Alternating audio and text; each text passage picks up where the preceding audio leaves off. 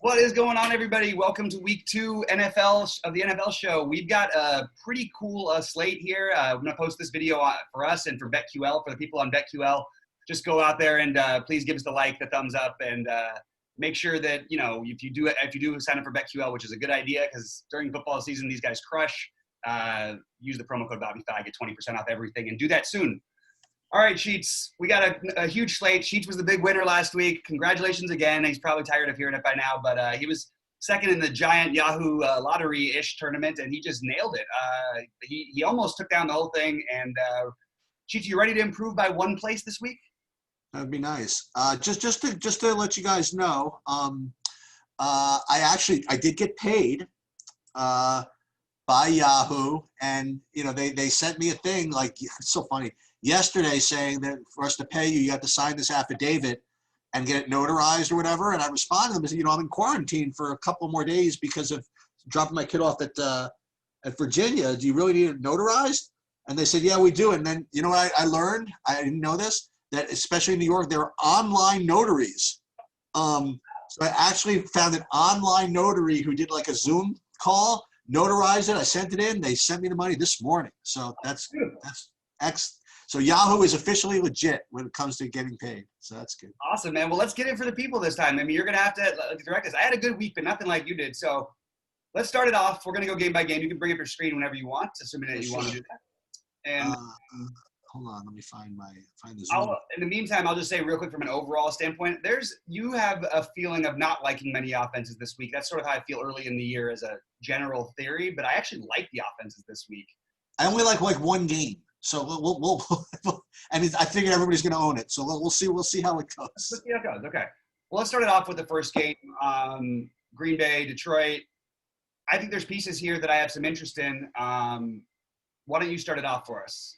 Yeah. So Davante Adams is the best wide receiver on the slate, I suppose, between him and we'll get to the other guy later. But so if you can afford him and can afford to eat the chalk, I presume people are going to own him. He's got a 100% target share or whatever. So he's fine. Probably the best play. The guy I like is one of my lower owned running backs I presume he's going to be lower owned, is going to be Aaron Jones. So I figured I would throw that into the mix. And that's pretty much all I had. Yeah, I love Davante Adams. I want to have him at least 30%, probably higher. I ended up going crazy with him last week, which was great. Oh, really? I really like him again in this matchup. I'm not a believer entirely in Detroit. They used to play a little bit slower. They don't do that as much anymore, so I like this game a little bit. But Rodgers to Adams again, and if you wanted to throw in the overpriced, seemingly Sheets' guy from his lineup, Alan Lazard, you could maybe make a little bit of an interesting stack that way. But mostly it's going to be just Rodgers to Adams for me. I do like Aaron Jones a little bit as a counter play on that side. So he's low owned. I mean, I'm talking about I'll have somewhere between 5 and 10% of them, which is probably going to be ahead of the field. On the Detroit side, it's interesting because we need to know about Galladay. Yeah. I don't think we can play too much of him if he plays. It worries me still with the injury, but I think he's definitely in play. Sorry about that. Good. I think regardless that both Hawkinson and Jones, especially Jones, are in play.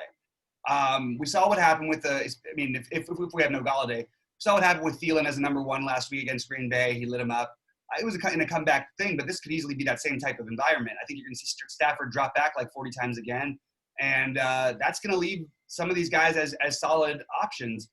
I don't think I can do the problem is trying to figure out which wide receivers you would want, and other than Jones, and there really aren't any. Which, if there's no Galladay, I'll say that you could use a really, really long shot of Danny Amendola, which is probably not as long a shot as people think, and is probably a better play than people think. But really, it's mostly going to be Marvin Jones on this side for me, and I don't think I'm going to play Stafford this week or get to the running backs. Yeah, I forgot. I neglected to mention. I actually assume Galladay's out again.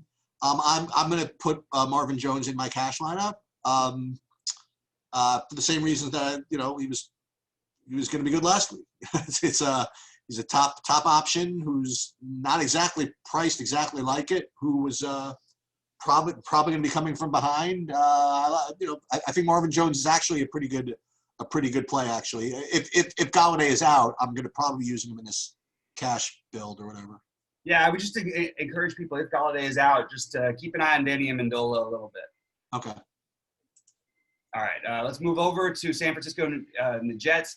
From a straight-out betting standpoint, I mean, I have a feeling that the San Francisco is going to just absolutely trounce them here. I think this is going to be an ugly game.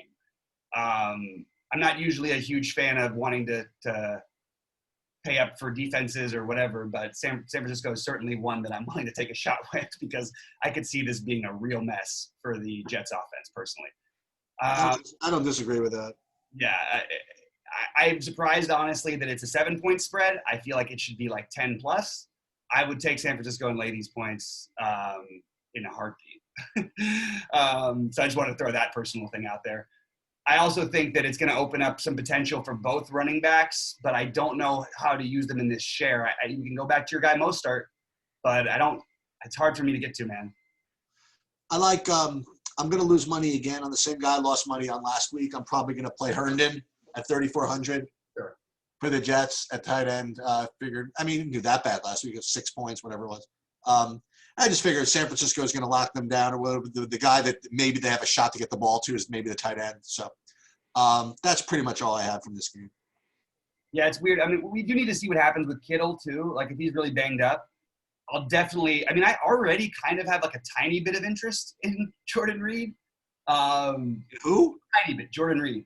Oh, Jordan Reed. Okay. Yeah, I mean, this guy's 2 years removed from being one of the best tight ends in football, sure, but like he's 2.6, and if for some reason Kittle is too banged up to go, or even limited, like maybe Jordan Reed is like a little bit of a better play than, he's getting talked up, and maybe he'll get popular if Kittle's out. But I'm sort of interested to see how it go. They might just stick with Dwelly because they're more comfortable. They're not going to throw the ball a ton, so it's not exciting. Just a guy I wanted to mention.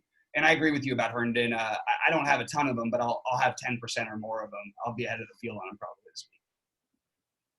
You want to go on to another barn burner, the Giants Bears? Look, we're supposed to have interest on DraftKings specifically in Jamison Crowder this week, and I think that's actually a good idea. The target share could be enough in a game where they should be throwing the ball a ton. I mean, he had 13 targets last week, like against Buffalo in a game where they got blown out. I'm not sure how many people caught that. He put up 27 fantasy points. And he's going to be unowned, and I don't really have a good explanation for you. I know the Niners are loaded defensively, but targets are targets, and you're going to get targeted 13 times in that game against Buffalo. I'm going to guess that it's going to be a similar story in this one. So the more and more I think about it, I can definitely place. I definitely think we can play some Jamison Crowder. More and more I think about it, I think the leading receiver in this game is going to be probably a 49er cornerback. I mean, I'm with you, man. I think they're going to get blasted in this game. They might get blasted, but even if they got blasted last week by Buffalo, and Jamison Crowder put up 27 fantasy points. No, absolutely. Seven catches out of 13 targets for 115. I love it. Yep. So I'm getting more and more into that play, especially because no one's going to be on it, and it's a PPR type of play. It's not a play I would be looking at on FanDuel. Giants Bears is a freaking ugliness, but I like just one guy from this game, and it's on the Bears side. I like Allen Robinson, so wide receiver from this game. I don't like the game enough to do stacks or anything like that, but I think that Robinson is enough as kind of a one-off, as just kind of a good play. Didn't really like anything from the Giants side. I just think this game is going to be among a bunch of games that are just going to be gross. But Robinson is probably my favorite play from the game. Yeah, I actually have – so I have a little bit of a hot take, I guess. Okay. I want Saquon this week. I don't remember the entire time he's been in the league where you can get him less than 10% owned. I really don't. And I know he had a bad week against what I think is, by the way, I think Pittsburgh is much, much better than people realize. And also it's shaky and they're trying to figure things out. He still had 9 targets last week. I know he only had 15 rush attempts, but that's because of the game script a little bit. And they were stacking the box and they were blitzing a lot. They had a lot on the front line with them. I know Chicago's got a decent run defense in theory. We haven't really gotten a whiff of it because you can't really measure against the Lions how your run defense is. But I think Saquon is just, as a guy who's going to be unowned and could easily be the highest scoring running back, and it wouldn't even be like the least bit surprising if he was. I'm willing to embrace whatever. I don't even know what is he going to score? What's his downside? Like, I know he had a terrible other last game, but do we really think he's going to score 15 fantasy points or less? No way. He's going to put up 20 plus fantasy points, and he's going to have an upside of 40. Let's play. Yeah, couple of pro Barkley takes, which I'll give you. I mean, listen, I don't care who you are, what kind of running back you are. If you are faced with two defenders like in your nose the second you get the ball, you're just not going to do anything. And their offensive line or whatever it was, or the blitzing of Pittsburgh, the combination of the two, he had no chance. So it had nothing to do with Barkley, really, his rushing problems. He did have like one or two drops, I think, out of the backfield to start the game. And, maybe it just took a little while to get going. But yeah, I mean, he certainly always has upside. He has breakaway speed upside. So even if he's like not doing that well, you never know when he could go take one out of the flat for 60. You know what I mean? So right. And I agree that he's going to be really low owned. I don't know if I have it in me. But I'm not going to talk you off it. Yeah, I think this is one of those plays where I'm not going to like live and die my whole week on it, but I might live and die with like 30% of my lineups on it because I really think that it's a strong enough like. I mean, let's say he puts up 30 last week, Sheets, just for some reason, like a normal week for him. What percentage owned do you think he is at 8.4 this week? My guess would be around 25%. Yeah, absolutely. Maybe higher. And I just think that, so like you said, against the Pittsburgh with what they were doing with that blitz, they blitz all the time. Like that's not what Chicago does as much. So I'm into Barkley, and I'm just always going to play Barkley at low ownership. Caution. I actually don't even mind Cohen on the other side, although I don't know if I'm going to go there. It's basically, a little bit. He got a little bit higher of the split last week. Again, it was game flow a little bit, so you need to get it to break right. But Cohen is another guy who can break one, but I'm not too interested. I do like Allen Robinson, like you mentioned, and I like Darius Slayton a little bit. I think that the guy. Darius Slayton and Shepard, I mean, assuming this game plays out and Barkley doesn't go nuts, I feel like one of those guys probably has to have a decent game, right? Like, I know Tate's supposed to be potentially back. If Tate's out, let's figure that out, I guess. But I think if Tate's out, Slayton becomes a really, really strong play. Yeah. God, I hate liking so much from a bad game like that, but I do. That's what I was finding. You know what I mean? I just feel like every game was bad except for like 2 games. Yeah, the Bears are so weird. I mean, like last week, though they were their offense put up like a huge number in DFS. Trubisky won people tournaments. So as gross as they are, they can sometimes pay off. All right. You want to go move ahead? Yeah, let's do it. I only had interest in one guy from the Rams-Philly game. So first, just kind of an observation. Like the Rams offense is really going to have a lot of Robert Woods in it for until further notice. I mean, they were sweeping him, they were pulling him out of the flat, whatever it is, even more so than like Cooper Kupp or anybody like that. I mean, so something to keep an eye on. My favorite play out of the game is actually going to be the tight end for Philly, the more expensive one, the Zach Ertz. I like him in this game. I just wasn't too excited about much of anything. I mean, you want to get me involved in something? Because I'm just not into it. I'm fine with Ertz, and I'm fine with Goddard. I think that I'll be ahead of the field on both of them. They both make a lot of sense. Robert Woods is not going to be especially high owned, so taking a shot I have no problem with. Less interest in Cooper Kupp, but I could see either of them having a decent game here. It's just not my favorite spots. I don't mind going back to the Deshaun Jackson now that no one's going to play him. Look, they still don't have a ton of receivers on this side. I do think people might shift some attention to Jalen Reagor. Deshaun only caught 2 passes last week. He did have 7 targets. I just want to say something like real quick about Carson Wentz. I've been a big critic of him because I'm so tired of hearing about how good he is, and I've seen nothing of it. I've seen him beat up on bad teams, and I've seen him also get beat up by bad teams at times. I'm not impressed with him. I think his raw talent is awesome. Everybody says he's great at all this stuff. I don't care. I want to see it. So I'm not going to be stacking him anytime soon, I don't think. But I do like Deshaun, and I do like Jalen Reagor a little bit. That's basically my limited interest in this game. I think that the Rams running backs are probably worth speculating on, but I think it's really got to be, I guess it's just Malcolm Brown, but I keep going back. He was really good, dude.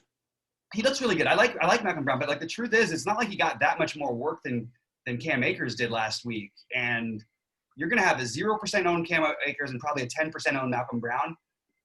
I would say for large field GPPs, I'd want to be at least a few percent on Cam Akers, and I would definitely have some Malcolm Brown shares.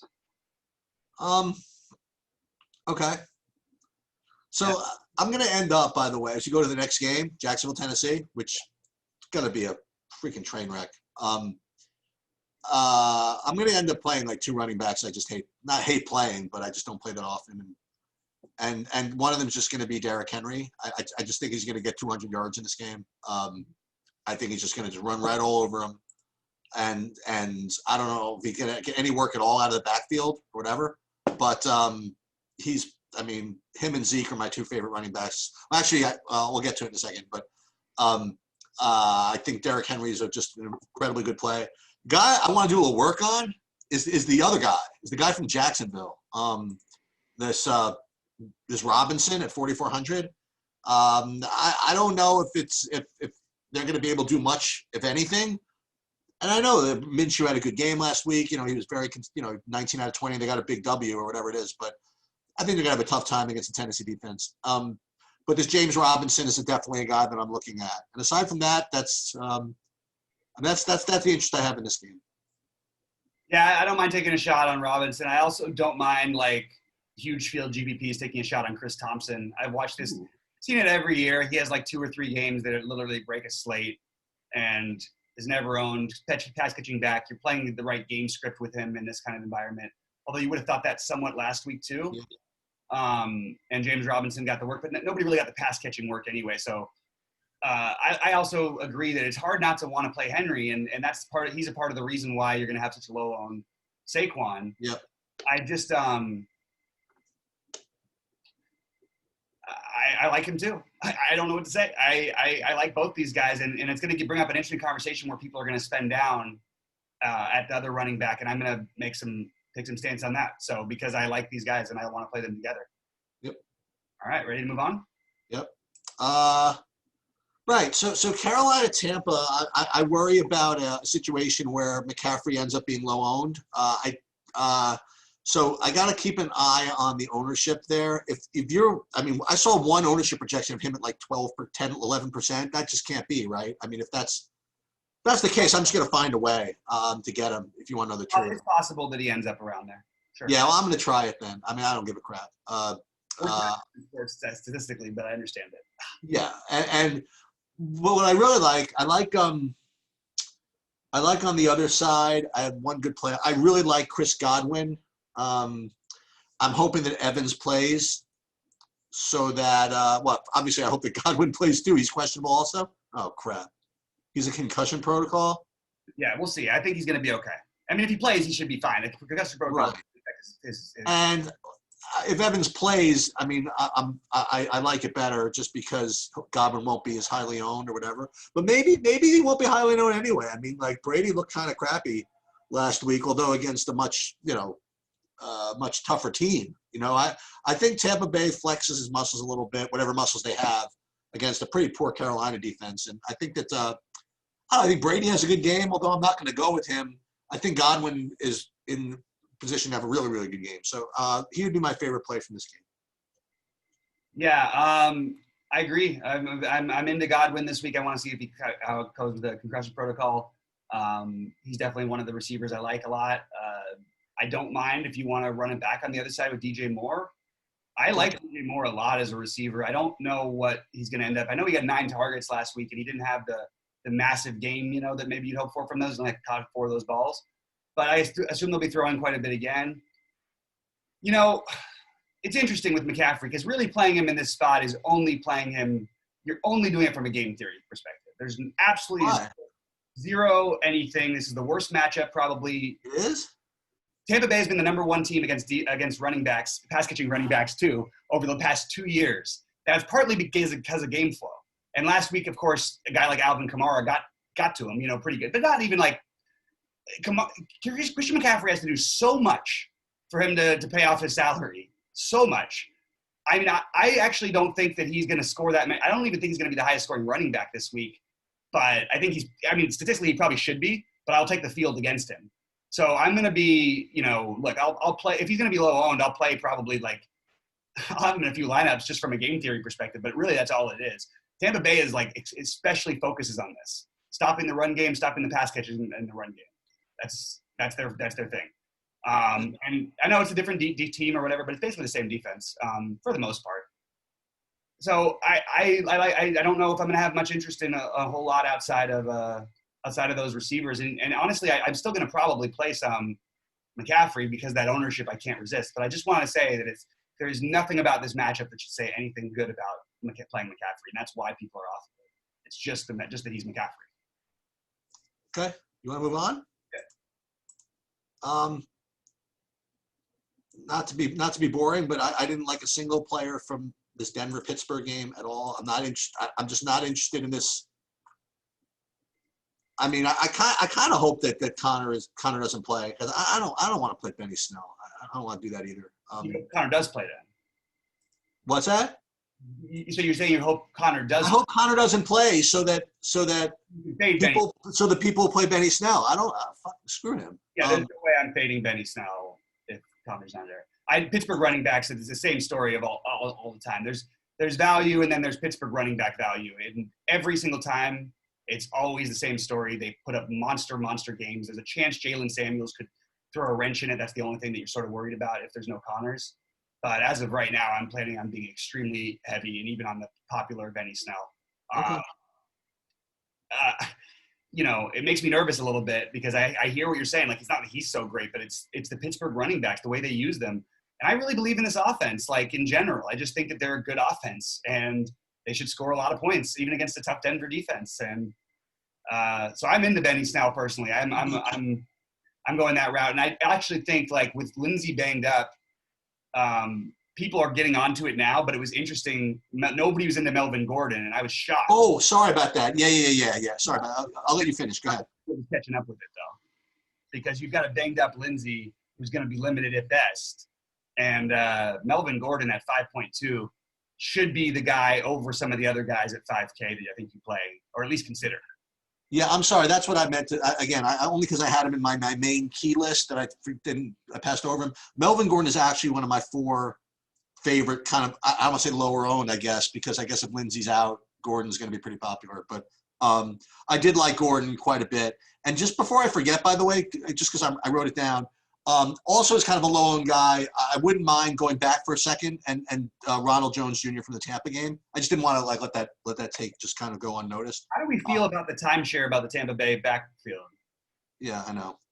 I mean, I used this. What bothers me, I guess I was always waiting for Ronald Jones to be a little bit better. Yeah. But now that Fournette's there, I just feel. But I kind of get it though. Like I'm kind of interested in it too, and I just. I don't know where I stand on it, to be honest with you. But Mel Gordon, if they could stay in this game, Melvin Gordon, and even if not, I mean, he could get work out of the backfield. I mean, out of the passing game. I like it. Yeah, and I personally think I would take a shot on the young receivers in Deontay Johnson and Jerry Jeudy. I mean, maybe you don't go crazy with them, but Deontay Johnson especially stands out as being a really, really solid, I think he has a pretty solid floor with his usage. I really do. They really like him. I don't know if I'm going to get to Juju this week. I like Juju a ton in general. I actually don't think this price is even too bad, but it's just there's better matchups. All right, you ready? So to me, this next game is 33% of the offense for the week. There are like 3 games I like, and this is one of them. And this is going to be no surprise to anybody. Zeke just might be the best running back on the slate. Amari Cooper might be the best wide receiver on the slate, and Dak very well might be the best quarterback on the slate. Julio Jones might be the best run back on the slate. What's his name? Calvin Ridley again might be a great run back on the slate. The whole game could be just a game stack, or it could be a freaking train wreck. I mean, Dallas could wax them. Who knows? But this is definitely where just a lot of the offense is going to be at least projected to come from. And there's just so few options, and for me, at least in other games, that it's going to be tough to fade at least some of this. So yeah, Elliott, Cooper. I can't play this. Right now I have both of them in my freaking cash game here. So those 2, and then Julio and Ridley, and yeah.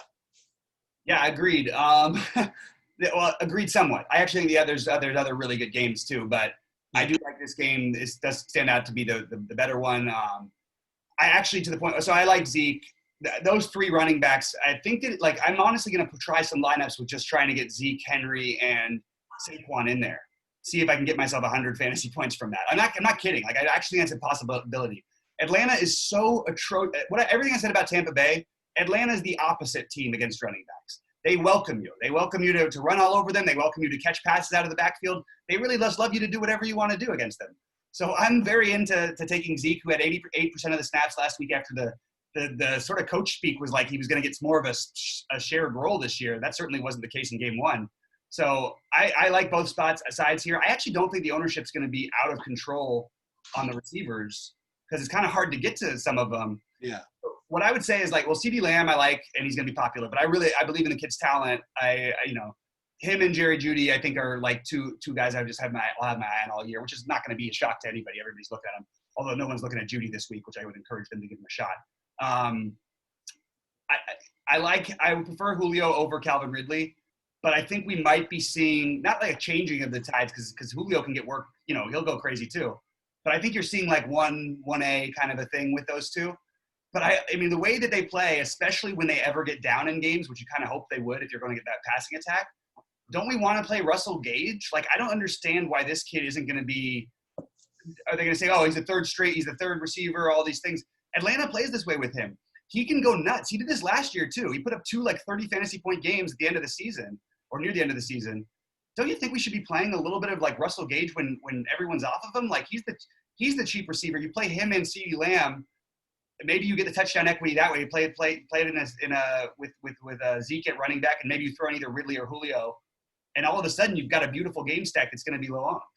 I didn't even realize he had 12 targets, 9 receptions for 114 last week. Yeah, and it was an extreme situation. They were down big and stuff, but shoot, they're on the road against Dallas. They were at home against Seattle. This should be basically a similar situation for them. The middle linebacker, I think, from Dallas is going to be remaining out, right?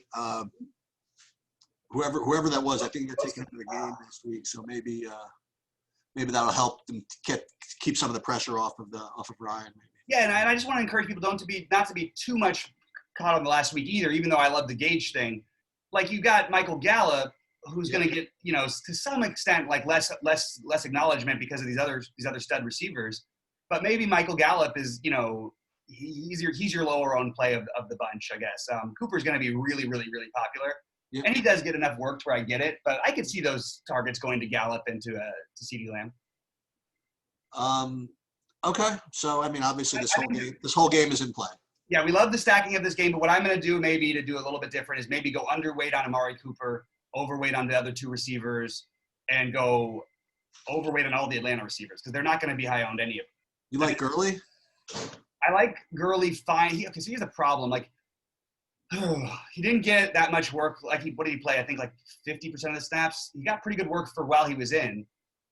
I'm really worried about just the fact that they didn't let him go a little bit more in that first game. He's back in Atlanta. His hometown, all this stuff. I thought that was going to be a spot for him. I don't see it that – look, I'm going to have maybe 10% of him, but I'm not certainly making a stance that I really like him. I like the game more than I like him. Okay, ready? Yep.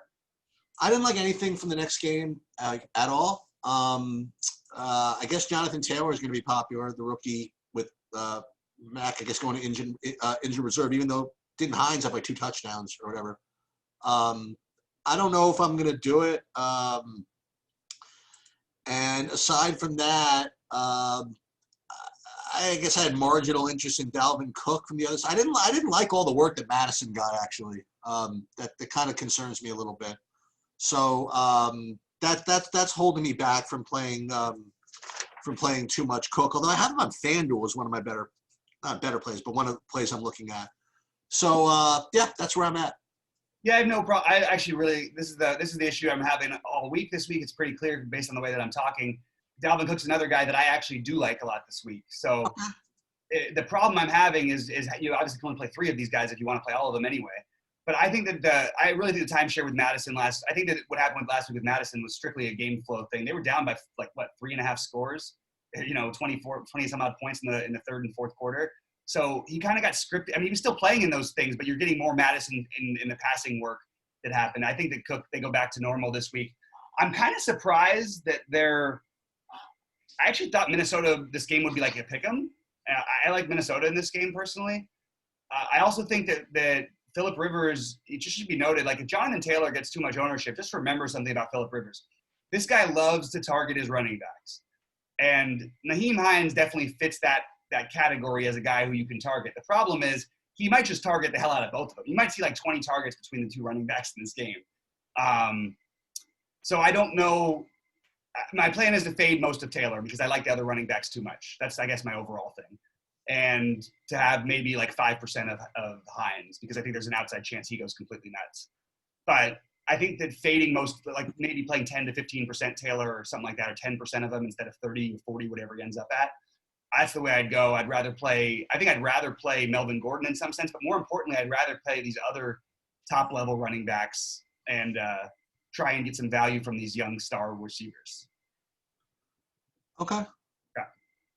Buffalo, Miami, I only like one thing from this game, and that's and it's not like a real big, strong opinion, whatever, but I do like Miami defense at 2,100. I think they're good enough to, keep from getting blown out. And at 2,100, I'm probably going to end up playing them.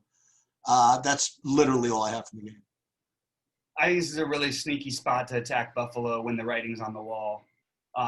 Look, they played last week in a game where they were up 21-3 with basically before you could blink. And all they kept doing was dropping back to pass. All they kept doing was every play dropping back to pass. You've got a guy with a cannon of an arm with two receivers now he can use to burn people. I mean, certainly even as a solo play, I think you have to get exposure here. Yeah, it's okay. That's where I'm at. I don't know what else to say. Like I don't know where it fits in for you and why these guys are expensive and who knows who it's going to be and all that stuff. I would encourage you, especially in large field tournaments, to really attack this and play him with just one of the receivers. You don't need to go nuts and make it a whole game stack.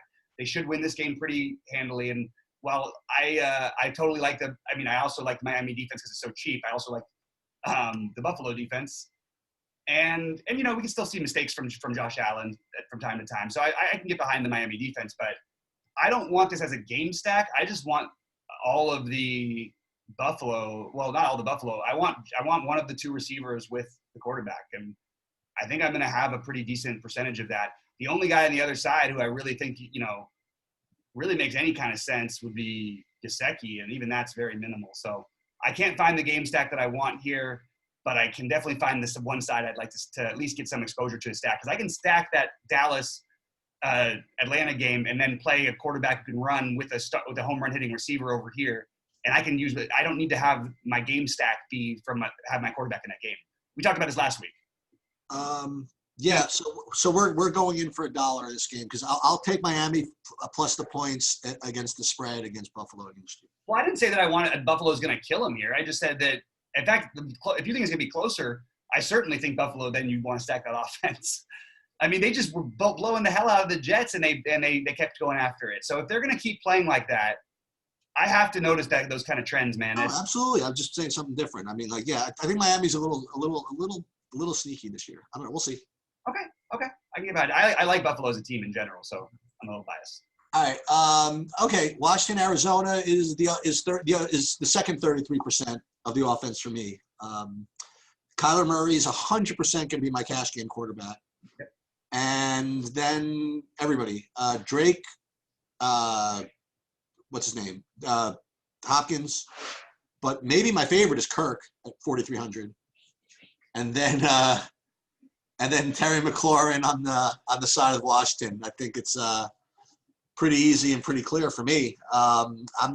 Maybe I should play Gibson also. I don't know. That's my take, and this is the second game I like. Yeah, I don't know if I like the game as much as you do. Okay. I do like Arizona. I really like Murray. I don't mind it makes sense to pair him with Hopkins, so go ahead and pair him with Hopkins. Like when you see that kind of what I was worried about is that targeted focus that Hopkins always had, and that just felt reassured. Like especially the way watching Kyler Murray play. Like, I mean, we all talk about these other great quarterbacks, but I've been saying this. I watched him play in college a few times, and I said, "Oh, that guy he's got to be one of the top 5 players in the NFL at some point." I've never seen anybody move exactly the way that he does. He's so elusive, and I'm totally in love with his game. Which you would think would make a quarterback spread it out a little more like Lamar does. But if he's going to be dialed in on Hopkins, play Hopkins. I'm good with it. He's still probably not going to be as high owned as you think he would be. I just need to spend down a little bit receiver. So like you, I don't mind taking a shot on Christian Kirk. A little disheartening that they were as locked in as on Hopkins for Kirk fans, but certainly Kirk has the upside. And while he's a boring guy, I'm going to go back and do my normal thing where, like if you don't play Larry Johnson 5 to 10% every week when he's not owned at all, every year he'll put up a couple games that are on winning lineups, and I don't mind going to him here. He's also kind of like works a little bit as a safety valve for Kyler. And I could see him, getting the work. I also like Kenyon Drake, though. I mean, I really like the Houston side of this. I'm sorry, the Arizona side of this. I just struggle with the Washington trusting anything. I don't know. I'm okay with McLaurin. That he makes sense, sure. He's going to be popular, sure. I honestly don't know. So my sneaky thing initially, Sheets, was going to be to talk about Antonio Gibson, but I got a little bit worried about the workload last week, and I just don't think on this week with all these receivers that I like, all these running backs that I like, that I could really get there. I'm still going to have some of it because I just feel like this is a guy who we just, would have been the mega chalk and all this stuff, and it still seems like a split between him and Barber, but I don't mind taking a shot. I still believe on the kid overall, but I'm not excited about it like I was at one point. Yeah, so what Bobby meant to say, he said Larry Johnson, but he meant Larry Fitzgerald. I meant Larry Fitzgerald. But yeah, all right, let's. We'll get to that guy in a second. Yep. Okay, so I've got to be some kind of psychopath, but I don't like a single person from the Chiefs game except for maybe Kelsey, but not even. So, what do you do? I just think that it's just the same story as always with the Chiefs. Like, I think you just play them when they're low owned, so you try to, but I agree, like off first look, like doesn't like stand out to you, really anything here. It just kind of appealing to the best pass offense in football is going to be unowned. Oh. But like, I can certainly get behind, playing the Mahomes to Tyreek Hill or Sammy Watkins or Travis Kelce. I actually think Kelce, is a really good play here. I just, at these prices with the way that I'm spending at running back, it's going to be hard for me to get them in. So I don't think I'm going to have as much interest in this game. I mean, Watkins usually does that thing where he has the big first week, sort of and he did. He had 21 fantasy points. I wouldn't mind taking a shot on Watkins because no one's going to play him.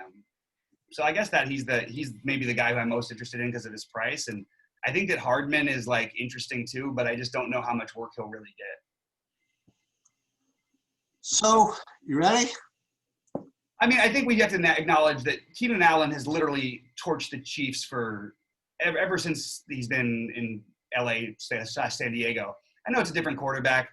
Tyrod Taylor, though, is the same kind of guy where he kind of needs a safety valve. I could see Keenan Allen working out being that guy. I think he's way too cheap. I like him in a game that should have some points scored. They're probably going to need to catch up. Mike Williams I also like. So I actually like the other side of this game. You like Eckler at all? And I like Eckler when no one likes him. They're talking about he's dust and all this. I'm like, what happened? He played one game. He had one bad game. And he wasn't even like that bad. You know what I mean? He almost had 100 yards, 19 carries and 184 yards rushing. Maybe Cincinnati's defense has upgraded a little bit. I think Eckler is worth taking a shot on, but you don't want to get too heavy involved. So if you scored 80, 125 fantasy points out of the Dallas game, then you could ignore this. But if you're winning money going into 4:00, you're just going to lose. So if you didn't like any of that, so to speak, the Baltimore-Houston game, I honestly think is really going to blow up. I think it's going to. This is my game. I don't understand. That's what you kept saying the other games. But to me, this is like the best one. Yeah. So I have the 3 games. I mean, I have the Atlanta game, the Washington game, and this game.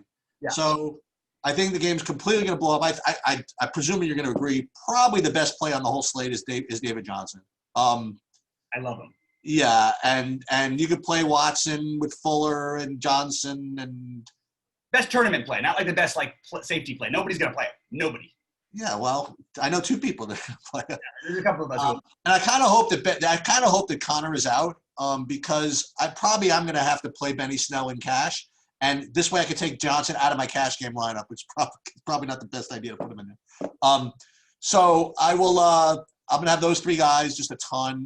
I don't know exactly what to do from the Baltimore side, but sure, you can play Lamar if you want. That's a good idea. Or you could play with Andrews again. You could do that, or you could go Marquise Brown. I think you could stack the whole freaking game up. And yeah, there's a chance that Baltimore is just that much better than Houston. I mean, that's certainly in the range of outcomes.